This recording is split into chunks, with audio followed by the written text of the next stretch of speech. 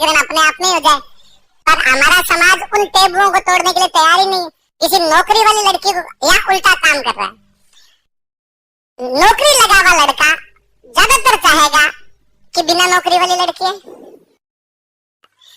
नौकरी लगी हुई लड़की पक्का चाहेगी कि उसका बंदा बहुत काम, भाई नौकरी नहीं लगा तो बहुत पैसे वाला है, उस टाइप का, उस हिसाब का है, वो एकदम यूं बेरोजगार टाइप में वैसे नहीं करना चाहेगी। ये काम तो जाए तो मुझे सबसे अच्छा ही लगे कि भाई अपने समाज में ना, मुझे यूं हमेशा दहेज वाली बात लगती है कि अक्सर अपने यूं बात करते रहते हैं कि भाई दहेज प्रथा खराब है, दहेज प्रथा खराब है। तो मुझे लगता है यार ये एक सामान्य सिद्धांत बन गया हमारे समाज का कि लड़की वाले जो है वो देना चाहते हैं, लड़के वाले हैं वो लेना चाहते हैं। अच्छा, लड़के वालों में भी किनको दहेज मिल रहा है? जो दहेज मांग के ले रहे हैं वो किनको मिल रहा है? जो नौकरी लग गई है ना। जो बेरोजगार बेटा उसको तो कोई बाई नहीं दे रहा। मेरी तरफ देखने की आवश्यकता नहीं है। मेरी तरफ आंखें मत निकालो ऐसे, ठीक है। हाँ, यहाँ मुंडा शौक नाल सड़ा है, ठीक है। तो वहां भाई नौकरी वाला, अब वो जो नौकरी लग गया वो भी इस बात को जानता है कि यार जब तक नौकरी नहीं लगा था तब तक तो नहीं दे रहे थे। इसका मतलब मुझे तो नहीं दे रहे, किसको दे रहे हैं? फिर दो। सामान्य सी बात, दहेज प्रथा उस दिन समाप्त हो जाएगी। लड़कियों में एक दूसरा कंसेप्ट काम कर रहा है।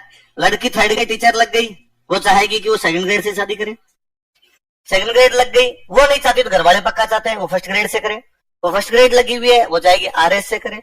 वो आरएस लगी हुई है वो चाहेगी आईएएस से करे। ऐसा कभी नहीं होगा कि लड़की आरएस लगी हुई है और बेरोजगार से कर ले। मैं कहूँ कि यदि आप पढ़ी लिखी लड़कियां, नौकरी लगी हुई लड़कियां बेरोजगार से करने लग जाए तो वो तो झाड़ू पोछे लगाए सारे दिन आपके, महिला सशक्तिकरण अपने आप में ही हो जाए। पर हमारा समाज उन टेबुओं को तोड़ने के लिए तैयार ही नहीं है। किसी नौकरी वाली लड़की को यहाँ उल्टा काम कर रहा है। नौकरी लगा हुआ लड़का ज्यादातर चाहेगा कि बिना नौकरी वाली लड़की है। नौकरी लगी हुई लड़की पक्का चाहेगी कि उसका बंदा बहुत काम, भाई नौकरी नहीं लगा तो बहुत पैसे वाला है, उस टाइप का, उस हिसाब का है, वो एकदम यूं बेरोजगार टाइप में वैसे नहीं करना चाहेगी। तो अभी तक समाज अपने कॉन्ट्राडिक्शंस को नहीं तोड़ पा रहा है। जब तक ये कॉन्ट्राडिक्शंस नहीं टूटेंगे तब तक ये समस्याएं सॉल्व नहीं होगी। और ये समस्याएं केवल उन्हीं जगह पे जहां नौकरी वाला सवाल है। वरना मैं मेरे आसपास में जितने शादी ब्याह घरों में रोते हुए देखता हूं, मैंने आज दिन तक ही नहीं सुना किसी ने दहेज मांगा हो। किस बात का मांगे? मांगने के लिए कुछ सामान भी तो होना चाहिए आगे है। भाई हमारे घर की है कोई भाई है, उसकी शादी कहीं कर रहे हैं तो अगला यदि कोई नौकरी लगा हुआ और तब तो वो मांगे। अब वो खुद ही कुछ ही नहीं कर रहा है तो वो तो इस बात का एहसान मंद रहे कि हम दे रहे हैं। ये कहे उल्टा कि उल्टा यदि कोई दे रहा है और कोई लड़का बेरोजगार है तो किस बात का मांगते हैं? नॉर्मली कहते हैं भाई ठीक है जैसा जो हो वो कर लेना, समाज के जो नॉर्मल सामान्य सिद्धांत के अनुसार हो जाती है। उल्टा आजकल दूसरा है, लड़के वाले तो दहेज मांगे नहीं मांगे, लड़का खुद तो बेचारा मांगे नहीं मांगे, लड़की पक्की अपने घर वालों से मांगती है कि ये भी दो, ये भी दो, ये भी दो, ये भी। अब तो आप लड़कियां सब कह सकते हो नहीं सर आप झूठ बोल रहे हैं, हम ऐसे नहीं करते। तो हमारे घर में भी लड़कियां हैं, आसपास में भी लड़कियां हैं। और वो तो मैं हमेशा सुनाता है कि मेरे एक फ्रेंड और उनके वो सिस्टर की शादी, तो मैंने दिन उनको फोन किया तो उन्होंने कहा कि, मैंने कहा कहाँ है? तो उन्होंने कहा यार मैं तो वो सुनार वाली दुकान पे हूँ, सोनी जी के पास आया हुआ हूँ और गहने वहने बनवाए थे, नॉर्मल गहने वगैरह देते हैं गाँव में। तो आ रहे मगा अच्छा, तो महीने भर पहले बनवा ली। कहा यार ठीक है, फिर सावे ज्यादा होते हैं, एंड टाइम पर बाद में गहने मिलते नहीं यार, ये प्रॉब्लम भी रहती है। और उन्होंने मैं यहाँ था तो उन्होंने कहा कि तू है ना शादी में 3-4 दिन पहले आ जाना। हम बीकानेर में कई साल तक साथ पड़े हुए थे, तो शादी में 3-4 दिन पहले जाना। तो मैंने कहा ठीक आ जाऊंगा। फिर वो 3-4 दिन पहले मेरे से गया नहीं गया, एंड टाइम पर वापस उन्होंने फोन किया मेरे को 2 दिन पहले थे कि मैंने तेरे कहा था तू आ जाना, तो आया नहीं अभी तक। तो मैं यार पहले तो कोई काम आ गया था, आज की मैंने टिकट करवा ली, कल मैं पहुंच जाऊंगा, बारात अपने परसों आएगी, कल शाम तक मैं आ जाऊंगा, फिर कोई दिक्कत ही नहीं है। तो उसने कहा ठीक है पक्का पक्का आ जाना। तो मैंने वापस पूछा तू कहाँ है? तो उसने वापस कहा कि मैं सोनी जी की दुकान पे हूँ। मैं क्यों यार, आपने तो सोनी जी से ले गए थे 1 महीने पहले, अब वापस जाने की आवश्यकता कहाँ पड़ी? उन्होंने कहा तू हाँ फिर बताऊंगा तेरे को। फिर शादी वादी हो गई, रवाना विदाई हो गई, उसके बाद हम शाम को अकेले बैठे थे तो मेरे को वापस आना था, तब मैं खाना खा रहा था तो मैंने वापस उससे पूछा कि वो तो क्या बात बता रहा था उस दिन। तो उसने कहा यार अपने तो गहने वहने सब बनवा लिए थे, सब काम एकदम हो ही गया था, और तभी फिर बाकी बाइयां आनी शुरू हुई। तो फिर दूसरों का देखा कि इन दीदी के तो ये बनाया हुआ, मेरे तो ये भी नहीं है, इन दीदी के तो ये है, मेरे तो ये भी नहीं है, तो हमारा तो यार लफड़ा हो गया, हमने तो सारे के सारे दोबारा बनवाए। तो ये देखो, ये सामान्य सिद्धांत है ना। एक वो पहले हमारे सर पढ़ाते हुए हमेशा एग्जाम्पल दिया करते थे, एक डॉक्टर साहब लग गए, तो डॉक्टर साहब की सगाई कहीं पर की गई, तो अच्छे पैसे वाले घर के अंदर की गई, कोई जो अच्छे पैसे वाला था उसी ने डॉक्टर साहब को जाके पकड़ा। नॉर्मल है, यदि आसपास में कोई नौकरी लग गया तो जो सामान्य लोग हैं वो जाते हैं उनके घर पे, वो सीधा है कि भाई नहीं रे, आउट ऑफ रीच है, मरने दो, अपने को दूसरा देखते हैं। हम भाई सब घरों की है, हम मैं तो भाई मेरे घर में भी देखते हैं, इसी प्रकार से देखते हैं, कोई हाँ भाई ये ज्यादा मांगेंगे, रहने दो, अपनी पार नहीं पड़ेगी यहाँ पे। तो वो सर बता देंगे, डॉक्टर साहब लगे, डॉक्टर साहब की सगाई को अच्छे पैसे वाले परिवार में हो गई, तो वो जो ससुर जी थे डॉक्टर साहब के, उन्होंने डॉक्टर साहब को एक दिन फोन किया कि आपको कौन सी गाड़ी चाहिए। डॉक्टर साहब एकदम सामान्य सिद्धांतवादी है। डॉक्टर साहब ने कहा क्या बात करते हो, गाड़ी क्यों चाहिए, और मैं दहेज वगैरह में यकीन नहीं करता हूँ। उन्होंने कहा अरे दहेज किस बात का है, ये तो मैं मेरी बेटी को गिफ्ट दे रहा हूँ, तो आपको लेना ही चाहिए, और आप तो केवल इतना बता दीजिए कि कौन से कलर की लेनी है और कौन सी कंपनी की लेनी है, बाकी मैं जानू, मेरा काम जाने, और बेटी को देना ही है मुझे। तो आपके घर वालों ने कोई डिमांड नहीं की, आपने कोई डिमांड नहीं की, ये मेरी तरफ से मेरी बच्ची को गिफ्ट है। डॉक्टर साहब ने वापस कहा कि नहीं सर, ये भले गिफ्ट के रूप में दिए जाए, पर मैं इस बात को जानता और समझता हूँ कि दहेज है, मैं पढ़ा लिखा आदमी हूँ, इसलिए इन चीजों में यकीन है नहीं। उनके पिताजी ने वापस कहा कि देखो ऐसी बात नहीं करते, कोई दिक्कत नहीं है, लीजिए आप, मैं खुश होकर दे रहा हूँ। डॉक्टर साहब ने साफ साफ ही मना कर दिया, तो बेचारे क्या करते अगले वाले। ठीक, शाम को लड़की का डॉक्टर साहब के फोन में पास फोन आएगा, मंगते तो तेरी तनख्वाह से पूरी जिंदगी में गाड़ी नहीं ला पाएगा, है ना। और सुने, अभी पापा को फोन करके गाड़ी दो, और एक बात और सुन, पापा दे रहे हैं 10 लाख वाली, पर इनके पास पैसे ज्यादा है, तू 20 वाली मांगे। लड़का शाम को फोन करके क्यों दिन में तुम्हें नींद में था, ब्लैक ले लूंगा, ब्लैक स्कॉर्पियो जो नई आई है ना, वो वाली निकलवा दो तो थोड़ी ठीक है मेरे लिए, है ना। तो ना कई चीजों में आदर्श काम नहीं आते, यथार्थ की सच्चाइयां बहुत कड़वी है।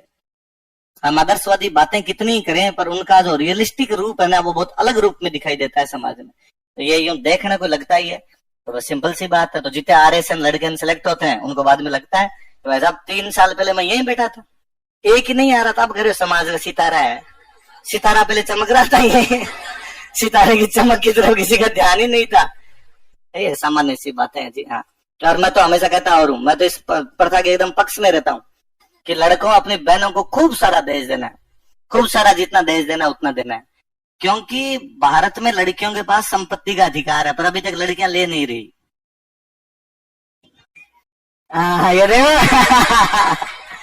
और जिस दिन लड़कियां इस मामले में जागरूक हो गई और इन्होंने संपत्ति लेनी शुरू कर दी, उस दिन जितना अपने दहेज देते हैं ना, उसे 3-4 गुना ज्यादा ले जाएगी।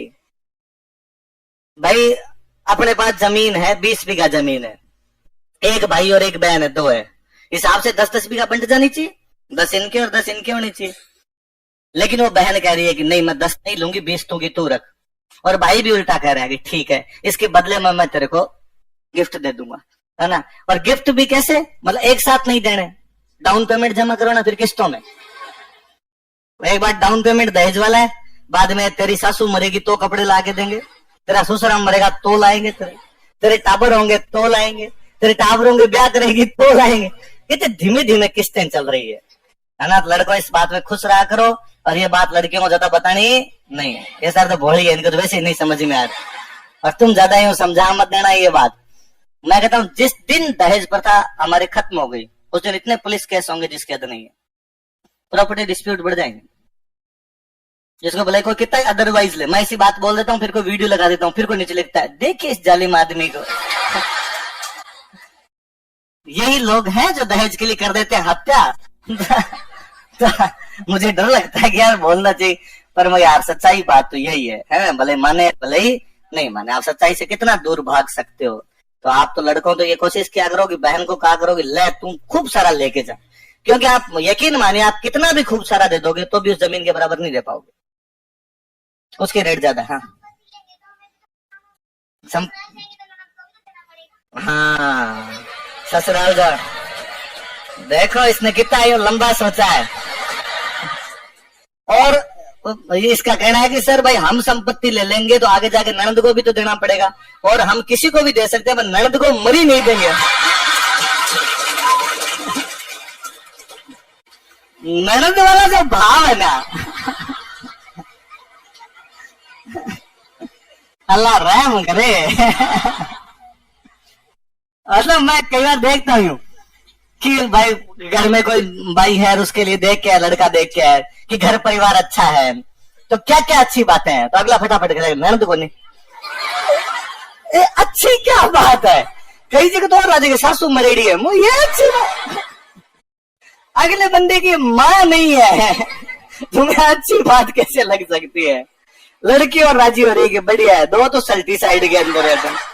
तो लड़कियों, तुम्हारा ये जो ईर्ष्या का भाव है ये नहीं जाएगा, और जाना भी नहीं चाहिए, वरना मनोरंजन खत्म हो जाएगा यार। मनोरंजन इसी का काम है। मैं हाँ सास बहू के सारे सीरियल बंद हो जाएंगे। हाँ नहीं नहीं, तो मैं तो खुद मैं यूं मैं तो गाँव गया हुआ होता हूँ, तो बुआ कोई बहन जो भी आए हुए होते हैं उनके सामने उनके सासू की 2-3 बुराइयां करो, चला के मैं कर देता हूँ, फिर वो टूटती है। ऐसे मैं ये सुनना चाहता था, तू कितनी कर रही है? 2-4 में मेरी तरफ से यूं कर देता हूँ। एक बार हम तुम्हारे आए थे ना, तुम्हारे बस हाँ ऐसा सही कह रहे एकदम आप। चलो तो आगे लिखो। तो चुंडा को दहेज में क्या मिला? मंडोर। अब दहेज लो तो ऐसा लेना रे, ढंग का लेना, पूरा मंडोर लिया। तुम 2 BHK में राजी हो जाते हो, ढंग का फार्म हाउस दूंगा RS लगने के बाद। हाँ तो चुंडा को तो लिखो, क्या लिखा? मंडोर दहेज में लिखो। अब राठौड़ों की राजधानी मंडोर बन गई थी। Now Mandore became Rathores capital. अरे अभी थोड़ी लेना है। हाँ हाँ अरे रुक जा रहे हैं। अब राठौड़ों की राजधानी मंडोर बन गई। चुप, लेगा जुदा। Now Mandore became Rathores capital.